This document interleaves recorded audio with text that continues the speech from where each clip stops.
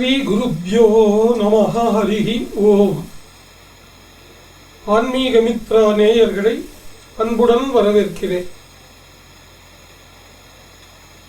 ஒவ்வொரு வீட்டிலும் 5 புத்தகங்கள் இருக்க வேண்டும். புத்தகம் வாசிப்பது என்பதுதான் ஞானத்தின் முதல் படி. புத்தகம் சாபரேனா, புஸ்தகம் சாபரேனா. சரஸ்வதி தேவி கையில ஓலைச்சுவடியை வைத்துக் கொண்டு கற்றது கைமண்ணளவு கல்லாதது உலகளவு உற்ற கலமடந்தை ஓதுகின்றாள். சரஸ்வதியே படிச்சுருக்கா. உத்தமமான ஜீவாத்மா சரஸ்வதி. அந்த சரஸ்வதி இன்னும் படிச்சுருக்கா. பரபிரம்ம ஞானம் ஏற்படணும் அப்படின்னு சொல்லி, ஞானம் வேணும் அப்படின்னு சொன்னா புத்தகம் வாசிக்கணும். நாம வாசிக்கிறது மட்டுமல்ல, நம்ம வீட்டு குழந்தைகளை சிறு வயசிலிருந்தே புஸ்தகம் படிக்க வைக்கணும். ஸ்கூல் புக் மட்டுமல்ல, ஸ்கூல் புக்கு அவசியம். தினமும் ஒரு காலையில் 1/4 மணி நேரம், மாலையில் 1/4 மணி நேரம் நல்ல புத்தகங்களை படிக்க வைக்க வேண்டும். ஒவ்வொரு வீட்டிலையும் 5 புஸ்தகம் இருக்கணும். 5 புஸ்தகம் கண்டிப்பா இருக்கணும். அது நீங்கள் எழுத படிக்க தெரிந்த மொழியில் இருக்க வேண்டும். அதுதான். இன்ன மொழி என்பது சொல்லல. ஆனா உலக மொழிகளிலேயே மிகவும் பழமையானது, தொன்று தொட்டு வழங்கி வருவது, பூரண இலக்கண வடிவம் உடையது, துவன்யாத்மகம் வர்ணாத்மகம் என்கிற 2 பிரிவிலும் நிறைவுடையது தமிழ். நற்றமிழ், செந்தமிழ், ஞானத்தமிழ், தேனினும் இனியது தமிழ். இந்த தமிழ் மொழியில அந்த புத்தகத்தை வைத்துக் கொண்டால் நல்லது. அது மூல நூல் தமிழிலேயே தான் இயற்றப்பட வேண்டும் என்பது இல்லை. நாம அப்படி படிக்கல. ஷேக்ஸ்பியரோட நாடகத்தை விழுந்து விழுந்து படிக்கிறோம். அது ஒரு கற்பனை. ஆங்கில அறிவு நன்கு ஸ்திரப்பட வேண்டும் என்பதற்காக ஷேக்ஸ்பியர் நாடகங்களை படிப்பது, நிறைய நாவல், அதுவும் பெரிய புஸ்தகம் ஃபாரினர் எழுதுனது இருந்தா, வீட்டில் ஒரு 10 புஸ்தகம் இருந்தா பெரிய படிப்பாளின்னு. அது உண்மைதான். அந்த புஸ்தகத்தை அவர் படிச்சிருக்கார், இல்லைங்கள. ஆனால் லௌகீக ஞானம், உலக ஞானம் தானே இருக்கு. தர்மங்களை பற்றிய ஞானம் வேணும் இல்லையா? பகவத் தியானம் வேணும் இல்லையா? அதுக்கு 5 புஸ்தகம் ரொம்ப முக்கியம். தமிழிலே இயற்றப்பட்டு உலக மொழிகள் அனைத்திலும் மொழிபெயர்க்கப்பட்டுள்ள திருக்குறள், தெய்வப்புலவர் திருவள்ளுவர் இயற்றிய திருக்குறள் புஸ்தகம் விளக்க உரையோட வச்சுக்கணும். சும்மா சின்னதா 1330 குறளும் பாக்கெட் சைஸ் புக், மூலம் மட்டும் உள்ளது, பிரயோஜனம் இல்லை. சொல்லப்போனால் பதத்துக்கு விளக்கம் இருக்கக்கூடிய நல்ல பெரிய புஸ்தகம் திருக்குறள். அது வீட்டில் இருக்கணும். தினமும் ஒரு அதிகாரம் படிக்கணும். கடைசியாக வந்துடுச்சா மறுநாள் இருந்து முதல்ல இருந்து ஆரம்பிக்கணும். ஆயுள் முழுவதும் தினமும் உங்களுக்கு மனப்பாடமே ஆனாலும் சரி, தினமும் ஒரு அதிகாரமாவது படிக்க வேண்டும். அடுத்தது பகவத்கீதை. நம்ம பாரத தேசத்தினுடைய முக்கியமான சத்திய பிரதிஜை புஸ்தகம். பகவத்கீதை மேலதான் நாம சத்தியம் பண்றோம். பகவான் ஸ்ரீகிருஷ்ணன் நமக்கு சொன்னது. அந்த புத்தகமும் உலக மொழிகள் எல்லாவற்றிலும் மொழிபெயர்க்கப்பட்டுள்ளது. பகவத்கீதை புஸ்தகம், அந்த நூல் நம்ம வீட்டில் இருக்கணும். மூணாவது விஷ்ணு சகஸ்ரநாமம், கலோ சங்கீர்த்திய கேசவம் அப்படின்னு சொல்லுவார். கலியுகத்திலே நாமஸ்மரணம் தான் ரொம்ப முக்கியம். அந்த நாமஸ்மரணத்தின் மூலமாக முக்தியையே அடைந்து விடலாம். எல்லா இகத்தின் சுகமாகிற இந்த உலகத்தின் தேவைகளாக இருக்கக்கூடிய லௌகீக திருஷ்டியில உலகியல் வாழ்க்கைக்கு தேவையான எல்லா பொருளையும் இறைவன் தருகின்றான். முடிவில் மோட்சத்தையும் தருகின்றான். அந்த நூல் எது அப்படின்னா, மகாபாரதத்திலே பீஷ்மாச்சாரியார் தர்மராஜனுக்கு உபதேசம் பண்ணின விஷ்ணு சகஸ்ரநாமம்.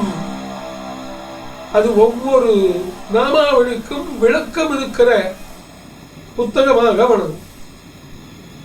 இந்த பகவத்கீதை மற்றும் விஷ்ணு சகஸ்ரநாம புஸ்தகம் பிரதிபதம் அர்த்தம். சென்னையில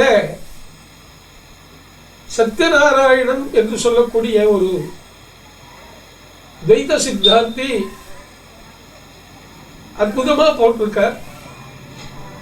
அது சென்னை திருவல்லிக்கேணியில இருக்கக்கூடிய அம்மன் பதிப்பகம் அப்படிங்கிற இடத்துல கிடைக்கும். அடுத்தது, ஒவ்வொரு வீட்டிலும் அவசியம் இருக்க வேண்டிய நூல்கள் மகாபாரதம், ஸ்ரீமத் ராமாயணம், ஸ்ரீமத் பாகவதம். 5 சொன்னீங்க, 6 சொல்றீங்களேன்னா அந்த பகவத்கீதை மகாபாரதத்துக்குள்ளே அடக்கம். விஷ்ணு சகஸ்ரநாமமும் மகாபாரதத்துக்குள்ளே அடக்கம். ஆனால் மூல நூலில் உங்களுக்கு விளக்கம் இருக்காது. அது தனி புத்தகமாக பதிப்பிக்கிறார்கள். அதை வாங்கி படிக்கணும். சென்னையிலே என்னுடைய அன்பு நண்பர்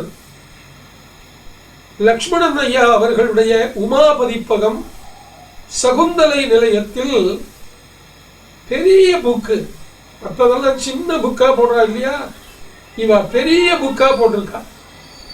வைமுகோ என்கிற மிகப்பெரிய பெரியவர் எழுதின விளக்க உரையோடு கம்பராமாயணம் 6 வால்யூம், 7 வால்யூம் கூட இருக்கு. அடுத்தது மகாபாரதம் ஒரு பெட்டி நிறைய கொடுக்கிறா. மொத்தமா வாங்கினா சலுகை விலையில கொடுக்கிறா. தமிழ்ல இருக்கு. இன்னும் சொல்ல போனா வேர்ட் பை வேர்டு விளக்கத்தோட பிரமாணங்களோட இருக்கு. அந்த மாதிரி புஸ்தகம் தான் படிக்கணும். படிக்கலாம், சின்ன புஸ்தகம் கூட படிக்கலாம். அடியேன் இதுவரை 67 புஸ்தகங்கள் எழுதியிருக்கேன். அது நிறைய பேருக்கு தெரியாது. இன்றைய பதிவிலே அதை சொல்ல வேண்டும் என்று ஒரு ஆவல் வந்தது, சொல்லிவிட்டேன். உமா பதிப்பகத்திலே என்னுடைய புத்தகங்கள் 30 புத்தகங்கள் வெளியிட்டிருக்கிறார்கள். விஜயா பதிப்பகத்திலே 25 புத்தகங்கள் போட்டிருக்கிறார்கள். மற்றவர்கள் எல்லாம் 1, 2, 5, 7 என்று போட்டிருக்கிறார். ஒரு 10 புக்கு பிரிண்டிங்ல இருக்கு உமா பதிப்பகத்துல. நான் அவ்வப்பொழுது அங்கே போய் அந்த அற்புதமான காட்சிகளை எல்லாம் காணுவது வழக்கம். புத்தக கண்காட்சிக்கு போவேன். சென்னையில நடக்கக்கூடிய காட்சியில 500க்கும் மேற்பட்ட புத்தக கடைகள், 700 கடை இருக்கும். அதுல புத்தக கடை 500 கடைக்கு மேல இருக்கும். அதுல ரொம்ப முக்கியமான கடைகள் அப்படிங்கிறது பதிப்பாளர்கள் அவங்களே வெளியிடுறது. அந்த கடைகள்லாம் ரொம்ப பெருசா இருக்கும். உமா பதிப்பகத்துல விசேஷமாக கம்பராமாயணம் மற்றும் மகாபாரதம் வெளியீடு செய்திருக்கிறார்கள். அதை வாங்குங்க. இந்த உத்தரப்பிரதேசத்துல கரக்பூர் அப்படிங்கிற கோரக்பூர், அத கரக்பூருங்கிறா, கோரக்பூர்னு தமிழ்ல எழுதுவா. நேபாளத்தினுடைய எல்லை. அங்க கீதா பிரஸ்ன்னு ஒரு பெரிய பிரஸ் இருக்கு. அதனுடைய புத்தகங்கள் தமிழ்நாடு முழுவதும் கிடைக்குது. அட்ரஸே இதுதான். The manager, Geetha press, Gorakhpur, Uttar Pradesh. அவ ஸ்ரீமத் பாகவதம் மூலத்தோட சமஸ்கிருதத்துல தமிழ்ல விளக்க உரையோட போட்டிருக்கா. பகவத்கீதை மூலம் தமிழ்ல ஸ்லோகம், சமஸ்கிருத ஸ்லோகம் விளக்கம் போட்டிருக்கா. ராமாயணம், பாரதம், பாகவதம் மூல நூல்கள் எல்லாமே அங்க கிடைக்குது. அதுக்கப்புறம் புத்தக சேவையில ரொம்ப முன்னணியில் இருக்கிறவா யாருன்னா ராமகிருஷ்ண மடம். இந்த ராமகிருஷ்ண மடத்துல ராமாயணம் கிடைக்கிறது, பாரதம் கிடைக்கிறது, பாகவதம் கிடைக்கிறது. அடியேன் இந்த எல்லாவற்றிலும் ஒவ்வொரு பிரதி வாங்கி வச்சிருக்கேன். நான் சம்பாதிச்சது என்னன்னா ஒரு 10 பீரோ புஸ்தகம், 10 பீரோ. தானம் கொடுத்தது போக இப்ப கொஞ்சம் இருக்கு, சுமக்க முடியல என்னால. அதை நிர்வாகம் பண்றது ரொம்ப கஷ்டம். யாராவது உத்தமமான சிஷ்யா வந்தா நான் படிச்சாச்சுப்பா, நீ வச்சுக்கிட்டு படின்னு சொல்லி கொடுக்கறது உண்டு. அதனால நீங்க எந்த பிரஸ்ல வாங்குறீங்கிறது முக்கியம் இல்லை.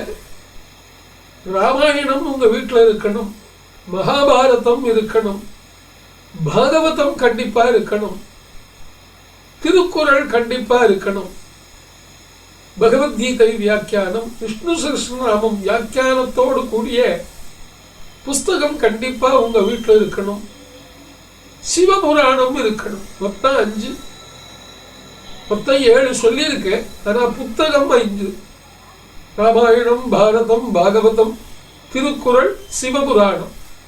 பகவத்கீதை மகாபாரதத்துக்குள்ளேயே இருக்கு, விஷ்ணு சஹஸ்ரநாமம் பாரதத்துக்குள்ளேயே இருக்குன்னாலும் அதை அவ போடுறவா புஸ்தகங்களை அதுல போடுறதில்லை, தனி புத்தகத்தில் காண்கன்னு விட்டுடுறான்.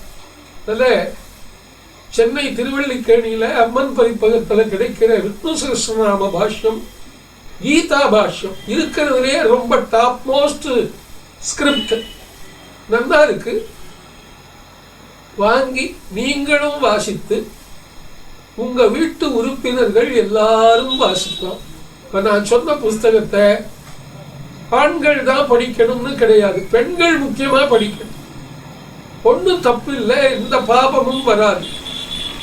இந்த பொருளை கிடப்புறவா நிறைய பேர் வீட்டுல பாரதம் படிக்கலாமா, சண்டை வருமே. பாரதம் படிச்சா சண்டை வருங்கிற புத்தி உள்ளவனுக்கு பாரதம் படிக்காமலேயே சண்டை வரும். அது மென்டலி டிஸ்டர்ப்டு, சைக்கலாஜிக்கல் எஃபெக்ட். சண்டையே போடக்கூடாதுங்கிற விரதம் இருக்கிறவனுக்கு எப்படி வரும்? கன்னடத்துல ஒரு பழமொழி, காதாடி தமனே தூதாடி ஹோகோதுன்னு ஒரு பழமொழி. எப்ப பாரு வீட்டுல சண்டை, சத்தம், ஒரே கலாட்டாவா இருந்தா அந்த வீட்டுல மகாலட்சுமி தங்க மாட்டா, நிம்மதியும் இருக்காது. இந்த புஸ்தகங்களை எல்லாம் நாம வாங்கி வாசிச்சோம்னா நமக்கு தர்மங்கள் தெரிய வரும். எதை செய்யணும், எதை செய்யக்கூடாது, எது நல்லது எல்லாம் தெரியும்.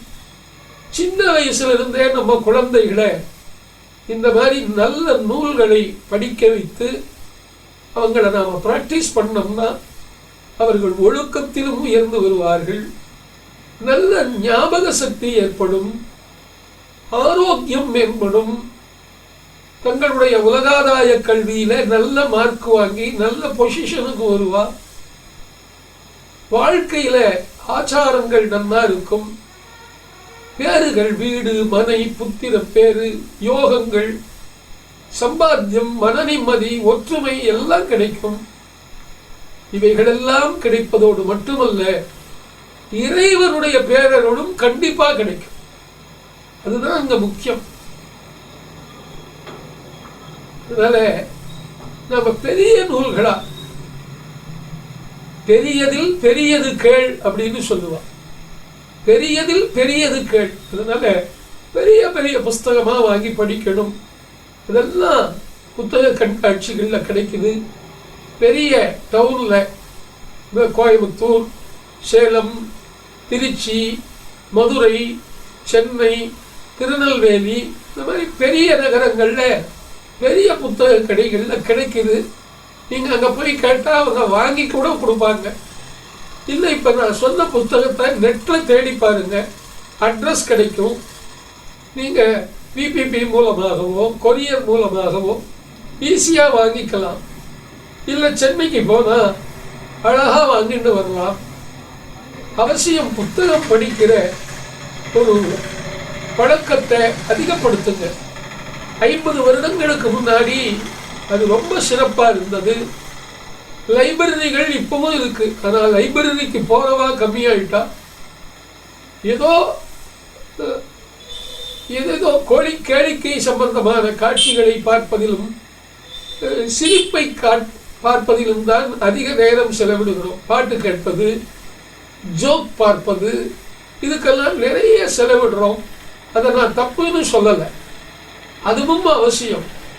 ஆனால் அதுக்கு குறைவான நேரத்தை ஒதுக்கிவிட்டு நல்ல நூல்களை படிப்பதற்கு தினசரி ஒரு அரை மணி நேரம், குழந்தைகளிலிருந்து பெரிய வந்த வரையிலும் தினசரி ஒரு அரை மணி நேரம் புத்தகத்தை தொடர்ந்து வாசிக்கிற, படிச்சதையே படிக்க வேண்டாம்.